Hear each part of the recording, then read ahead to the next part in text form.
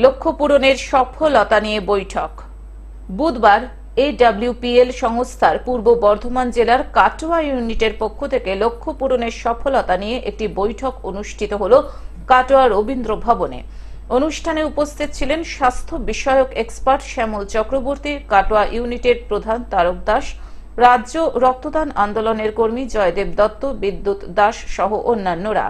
বিনা মেডিসিনে কিভাবে ভালো রাখা যায় সহ বিভিন্ন বিষয় নিয়ে এদিন নারী শক্তি গ্রুপের মহিলা সদস্য ও বেকার ছেলেদের নিয়ে আলোচনা করা হয়। আজকে আমাদের AWPL এর একটা অনুষ্ঠান চলছে কাটোয়া রবীন্দ্র ভবনে।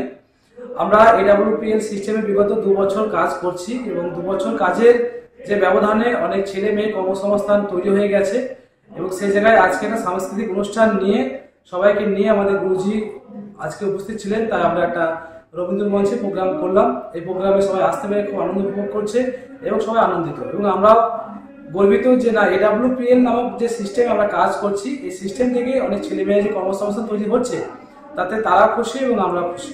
AWPL সংস্থার পক্ষ থেকে হাজার হাজার বেকার ছেলে ও মেয়েরা কর্মসংস্থানের দিকে এগিয়ে চলেছে।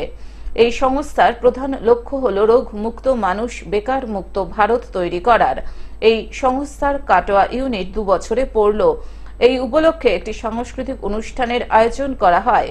অনুষ্ঠানে হাজির হয়েছিল বিভিন্ন জেলার ছেলে মেয়েরা।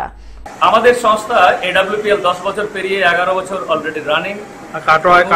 কাটোয়ার বুকে তো আমরা প্রায় 2.5 বছর হলো, 2 বছর প্লাস আমরা কাটোয়ায় এটা নিয়ে এসেছি AWPL কে এবং আজকের ডেটে হাজার হাজার মানুষকে আমরা সুস্থ করতে পেরেছি। আজকে প্রায় 10 থেকে 11,000 ছেলে মেয়ের কর্মসংস্থানের জায়গা করতে পেরেছি AWPL এর হাত ধরে। লক্ষাধিক মানুষ বিনা মেডিসিনে কি করে ভালো থাকবে তার প্রশিক্ষণ নিয়েছে, বিভিন্ন প্রোগ্রামে এসেছে এবং তারা আজকে যথেষ্ট ভালো আছে এবং সুস্থ আছে। মহিলাদের জন্য একটা টিম তৈরি করেছে, মহিলাদের জন্য মাতৃশক্তি বলে একটা বিরাট বড় আমাদের একটা কর্মযজ্ঞ চলছে। কাটোয়া থেকে রাহুল রায়ের রিপোর্ট, গ্লোব নিউজ। এখন থেকে গ্লোব টিভি দেখুন আপনার স্মার্টফোনেও। গুগল প্লে স্টোর অথবা অ্যাপল স্টোর থেকে ডাউনলোড করুন গ্লোব টিভি লাইভ অ্যাপ। এছাড়াও জিও টিভি অ্যাপ থেকেও দেখুন গ্লোব টিভি লাইভ।